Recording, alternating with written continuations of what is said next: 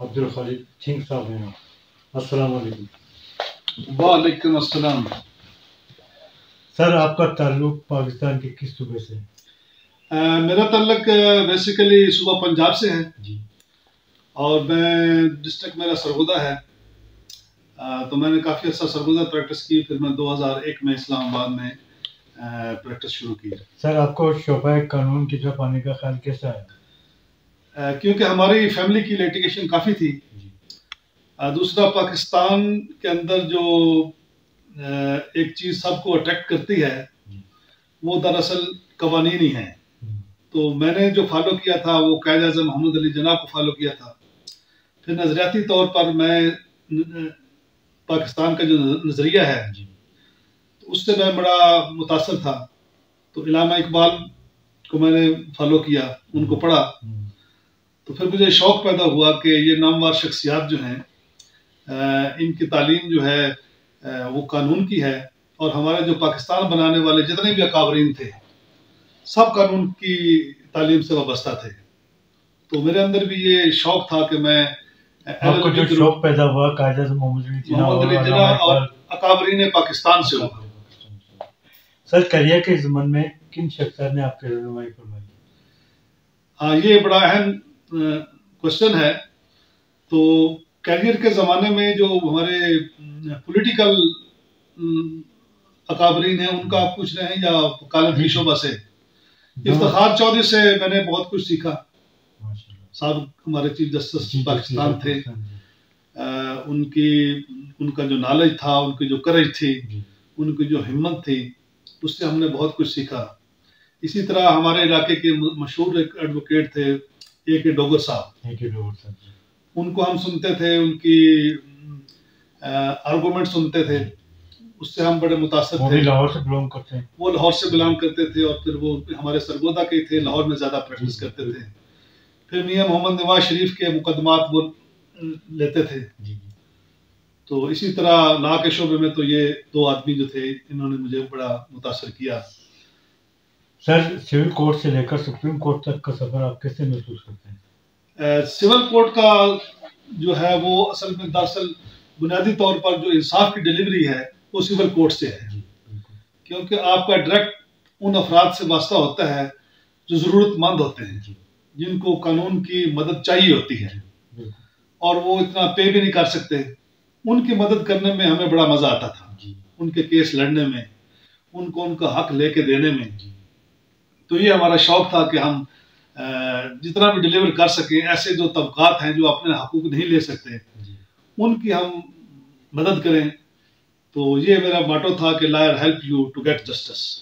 تو ان کو انصاف دلانے کے لیے ہم وقت کوشش کرتے رہتے تھے کہ ان پسے ہوئے طبقات کو جو ہے ہم انصاف لے کے دیں ان عدالتوں سے. سر آپ کے پاس سب سے زیادہ کیسز کس مقدمات کے آتے ہیں؟ جی دوبارہ فرمائیے. آپ کے پاس کیسز کس مقدمات کے سب سے زیادہ آتے ہیں؟ پہلے تو میرے پاس کرمنل سائڈ کے کیسز جو تھے، لڑائی جھگڑے کے، فراڈ کے، اغوا برائے تاوان کے، اس طرح کے کیسز میں کافی کرتا رہا ہوں. میں پراسیکیوٹر بھی رہا ہوں گورنمنٹ کی طرف سے بھی دہشت گردی کورٹ میں. تو یہ کیسز میرے پاس کافی آتے تھے. پھر کیونکہ اسلام آباد ایک بڑا شہر ہے تو پھر سول لیٹیگیشن، یہ پراپرٹیز کی، یہ بھی کافی آنا شروع ہو گئے. جب میں ہائی کورٹ میں گیا تو پھر کانسٹیٹیوشنل پٹیشنیں بھی آتے رہی ہیں MLA صاحبان کی، تو پبلک آفس ہولڈر کے خلاف. تو اس طرح کے کیسز میں یہاں پہ کرتا رہا ہوں. اب سول اور کرمنل دونوں سائڈوں پہ.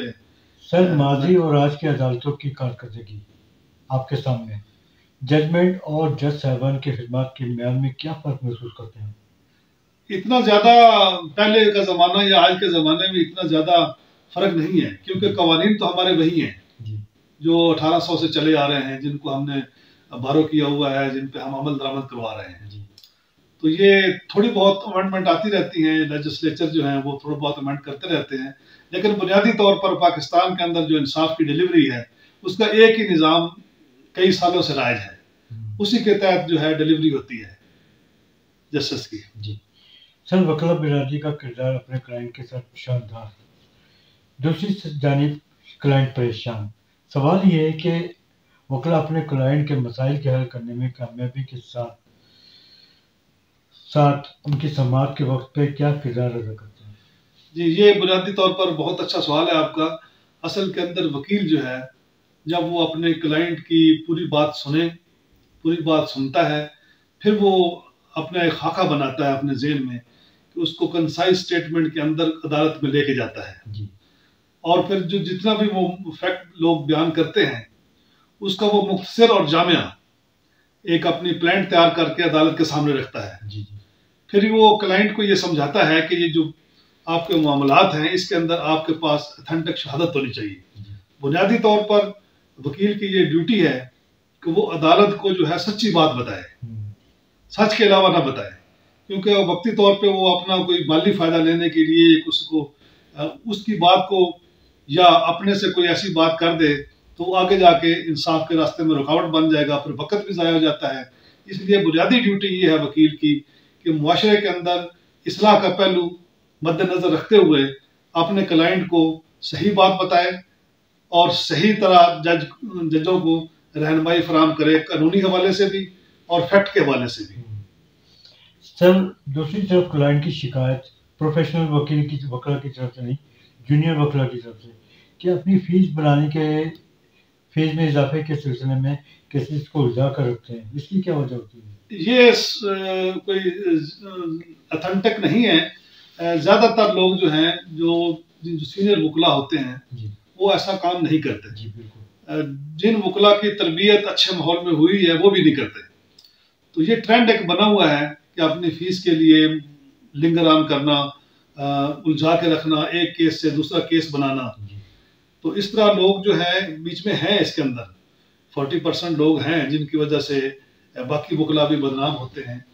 جو قانون کو سمجھتا ہے، جو یہ اپنا اس کو عبادت سمجھتا ہے، جو اس کو اپنی خدمت سمجھتا ہے، تو وہ غلط مشورہ نہیں دیتا. تو کلائنٹ کو بھی چاہیے وہ وکیل سے بھی کنسلٹ کرے اور کسی اور سے بھی رائے لے لے. تو اس کے بعد وہ جانچ پڑتال کر کے پھر وکیل کے پاس جائے. تو مشاورت کا عمل جو ہے وہ وکلا کے پاس بھی جاری رہنا چاہیے اور کلائنٹ کو بھی اپنے ہر پوائنٹ کے اندر دوسرے لوگوں سے مشاورت کرنی چاہیے. سر پاکستان کی عدالتوں میں عمومی طور پر مقدمات کی تحولات کے اسباب کیا ہوتے ہیں؟ اصل میں ہوتا یہ ایسے ہے کہ جس کو بینیفٹ مل رہا ہوتا ہے اس کی حتل وسا کوشش یہ ہوتی ہے کہ یہ مقدمہ لنگر آن ہو جائے، وقتی طور پر اس کو فائدہ ملتا رہے. یہ ہمارے نظام کے اندر تھوڑی سی خامی ہے کہ بلا وجہ ججز بھی تاریخیں ڈال دیتے ہیں اور وکیل حضرات ہمارے جو ہیں وہ بھی بلا وجہ تاریخیں لے لیتے ہیں، حالانکہ ان کا اپنا وقت بھی ضائع ہو رہا تھا. فیس تو وہ ہے جو مقرر ہو جاتی ہے وہ لے لیتا ہے. تو ڈسپوزل جو جسٹس کی ہے وہ جلدی ہونی چاہیے دونوں طرف سے. عدالتوں کے اندر رش بھی ہے، کیسز مقدمات کی بہت لمبی چوڑی لسٹیں ججز کے پاس ہوتی ہیں. پھر جج بھی نئے ہوتے ہیں، وہ بھی تھک جاتے ہیں کیونکہ ایک جج کے پاس 200-300 کیس روزانہ کی بنیاد پر یا ہفتے میں 500 کی بنیاد پر کیس لگا ہوتا ہے. تو وہ تھوڑا سا نظام گڑبڑ ہے کہ ایک جج جو ہے مختصر سے تھوڑے سے کیس کرے اور اچھی طریقے سے کرے، لیکن یہ پاسبل نہیں ہے کیونکہ لیٹیگیشن بہت زیادہ ہے پاکستان کے اندر. وجہ یہ ہے کہ دوسرے ادارے جو ہیں وہ انصاف نہیں فراہم کرتے. تو معاشرہ جو ہے وہ ڈیپینڈ کرتا ہے کہ ہر چیز کا انصاف ہمیں عدالتوں سے ملے گا اور وکلا ہی ہمارے رہنمائی. جیسے آپ نے فرمایا سر پاکستان کی عدالتوں میں تقریباً 25 لاکھ کے قریب کیسز التوا کے شکار، کلائنٹ پریشان، ذمہ دار کون؟ ذمہ دار جو ہیں پہلی بنیادی بات تو یہ ہے کہ اس میں وکلا ذمہ دار نہیں ہے. ہمارا سسٹم جو ہے وہ ذمہ دار ہے. کبھی کسی کلائنٹ نے ججز کے خلاف کوئی شکایت نہیں کی کہ میرا مقدمہ لیٹ کر رہا ہے. تو کلائنٹ کا مقدمہ ہوتا ہے تو اس کو چاہیے کہ وہ اپنی ارلی ڈسپوزل کے لیے کوشش کریں. وہ خود بھی کوشش نہیں کرتے، کچھ ہمارا نظام بھی مفلوج ہے. 30% وکلا کا بھی کردار ہے اس کو لنگر آن کرنے میں. ایک وکیل کے پاس اس کی کیپیسٹی سے زیادہ کیسز ہوتے ہیں. 25 لاکھ کے قریب کیسز التوا کا شکار کیوں ہے؟ اس کی وجہ یہ ہے کہ بنیادی طور پر جن بنیادی محکموں کا یہ کام ہے کہ انصاف ڈلیور کرنا، وہ انصاف ڈلیور نہیں کرتے. وہ سارا رش جو ہے وہ کورٹ کی طرف آ جاتا ہے. مثال کے طور پر زیادہ تر پولیس کے ڈپارٹمنٹ کے کیسز ہوتے ہیں، اگر وہ بر وقت انصاف لوگوں کو ڈائریکٹ فراہم کریں تو مقدمات کا رش کم ہو جائے گا. اسی طرح ریونیو ڈپارٹمنٹ ہے، زمینوں کے معاملات ہیں، وہاں پر جان بوجھ کر لوگوں کے حصہ ان کو نہیں دیا جاتا تو وہ لیٹیگیشن کی طرف آ جاتے ہیں. دوسرا جو فراڈیا گروپ ہوتا ہے معاشرے کے اندر، وہ لوگوں سے اگریمنٹ کر لیتا ہے اور اس کے بعد پھر وہ اس بنیاد پر عمل درآمد نہیں کرتے تو پھر وہ رش آ جاتا ہے کورٹ کی طرف۔ دیکھنے میں یہ بھی آیا ہے، شہادت موصول ہوئی ہے کہ جج صاحبان کیسز شروع کرتے ہیں، فیصلہ دیتے ہیں، پھر سسپینڈ کر دیتے ہیں اس فیصلے کو، وجہ کیا بنتی ہے سسپینڈ کرنے کی؟ سسپینڈ تو اوپر والا فوراً ہی کرتا ہے جی، انفیریئر کورٹ سے جب ڈیسیژن ہو جاتا ہے تو سپیریئر کورٹ ہی اس کو سسپینڈ کر سکتی ہے۔ وہ سسپینشن بھی کسی قانونی خلا کی وجہ سے یا پروسیجر کے اندر کوئی خامی ہو یا کسی کا رائٹ اس کو پراپر نہ دیا گیا ہو تو مین وائل وقتی طور پر وہ سسپینڈ ہوتا ہے، وہ اگلی تاریخ تک ہوتا ہے یا 1-2 تاریخیں اور چل جاتی ہیں۔ تو سسپینشن کوئی خامی ہوتی ہے فیصلے میں تو پھر کرتے ہیں ججز۔ تو سر یہ جو کیسز التوا کا شکار ہوتے ہیں یا ہو رہے ہیں، یہ جج صاحبان کی کمی کی وجہ سے ہو رہی ہے یا محکموں کی طرف سے؟ ججوں کی کمی بھی ہے اس کے اندر، پھر جج اگر بڑھاتے ہیں تو پھر گورنمنٹ کے اوپر پریشر آتا ہے۔ تو دراصل بنیادی وجہ جو ہے نا زیادہ کیسز کی، وہ باقی محکموں کو بھی چاہیے کہ وہ بھی انصاف فراہم کریں، ان کے اندر اکاؤنٹیبلٹی کا سسٹم ہو تو پھر یہ ججز کے اندر جو اتنے مقدمات التوا کا شکار ہیں یہ نہ ہو۔ بنیادی وجہ یہ ہے۔ سر حال ہی میں سپریم کورٹ سمیت ہائی کورٹ کے جج صاحبان کا اپنے عہدوں سے مستعفی ہونا آپ کی نظر میں اصل مسئلہ کیا ہے؟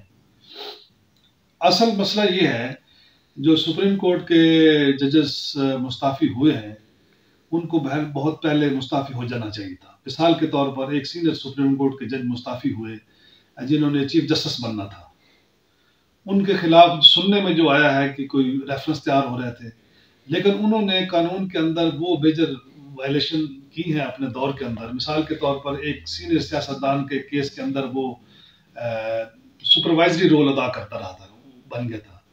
تو جب وہ سپروائزری رول ادا کر رہا تھا تو پھر وہ نیچے والا جج جو ہے وہ برداشت نہیں کر سکتے، ان کو اپنی نوکری بھی پیاری ہوتی ہے، اپنی پروموشن بھی پیاری ہوتی ہیں، تو وہ فیصلے جو ہیں ایک سیاستدانوں کے خلاف ایسے کروا دی انہوں نے مانیٹرنگ کرتے ہوئے یا ہو گئے، تو وہ مانیٹرنگ کا نظام پہلے جوڈیشل سسٹم میں تھا نہیں۔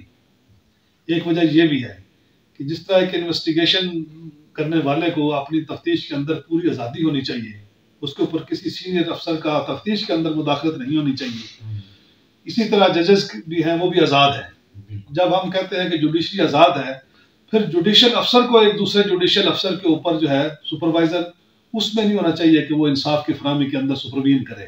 اس پہ ہم آگے چلیں گے۔ سر کمشنر راولپنڈی جی چٹا صاحب، چیف جسٹس صاحب کو نشانہ بنانے کی ضرورت کیا تھی؟ یہ اس نے غلط بنایا ہے۔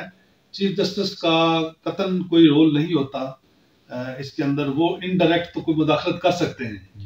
یہ موجودہ چیف جسٹس جو ہے اس کی کوئی ایسی ہمیں شہادت نہیں ملی کہ اس نے الیکشن کمیشن کے کام میں یا الیکشن کے اندر کسی بھی طریقے سے کوئی مداخلت کی ہو، بلکہ یہ ہم ہی تھا کہ الیکشن کروانے کے اندر اس نے پابند کیا الیکشن کمیشن کو اور صدر پاکستان کو کہ دونوں مل بیٹھ کر طے کریں اور عوام کو جو ہے ایک ڈیٹ دیں جس کے اوپر الیکشن کو یقینی بنایا جائے۔ اس نے تو یقینی بنایا ہے، اس کا خود سے کوئی ڈائریکٹ نہیں تھا۔ یہ ایلیگیشن جو اس نے لگائی تھی ایک سرسری طور پر اپنے آپ کو شیلٹر دینے کے لیے یا کوئی دیگر وجوہات ہو سکتی ہیں، خواہ مخواہ اس نے انوالو کیا ہے، جبکہ الیکشن کمیشن جو ہے وہ بھی ایک آدمی کا نام نہیں ہے، وہ پورا الیکشن کمیشن ہے، اس کے اندر سارے صوبوں کے وہ بیٹھتے ہیں، وہ بھی اس طرح باعث نہیں ہوتے، چند غلطیاں ہو جاتی ہیں یا کوئی تھوڑی سی وہ خامی آ جاتی ہے سسٹم کے اندر، لیکن اس قدر ایک بندے کے لیے بڑی پوسٹ پہ کمشنر کے عہدہ کوئی چھوٹا سا عہدہ نہیں ہوتا، وہ پوری ڈویژن کو ہیڈ کر رہا ہوتا ہے، تو اس سے ملک بدنام ہوتا ہے، ملک کا نظام بدنام ہوتا ہے، ملک کے آئینی ادارے جو ہیں وہ بدنامی کا دھبا بنتے ہیں۔ تو سر آپ کے خیال میں کمشنر راولپنڈی کے الزامات سے پاکستان سمیت پاکستان کے ادارے تباہ ہو سکتے ہیں؟ اصل میں الزام سے متاثر تو ضرور ہوتے ہیں، ایک سوالیہ نشان تو بنتا ہے، لیکن اس کمشنر نے کیونکہ وہ اپنا بیان پھر واپس لے لیا تو اس نے خود ہی یہ فرما دیا کہ میں نے خود آرڈر کیا تھا کہ آپ کوئی انلیگل کام کریں، تو یہ میری غلطی ہے اور مجھے پنشمنٹ کی جائے۔ تو اس کے اندر اور ادارے بھی انوالو ہیں.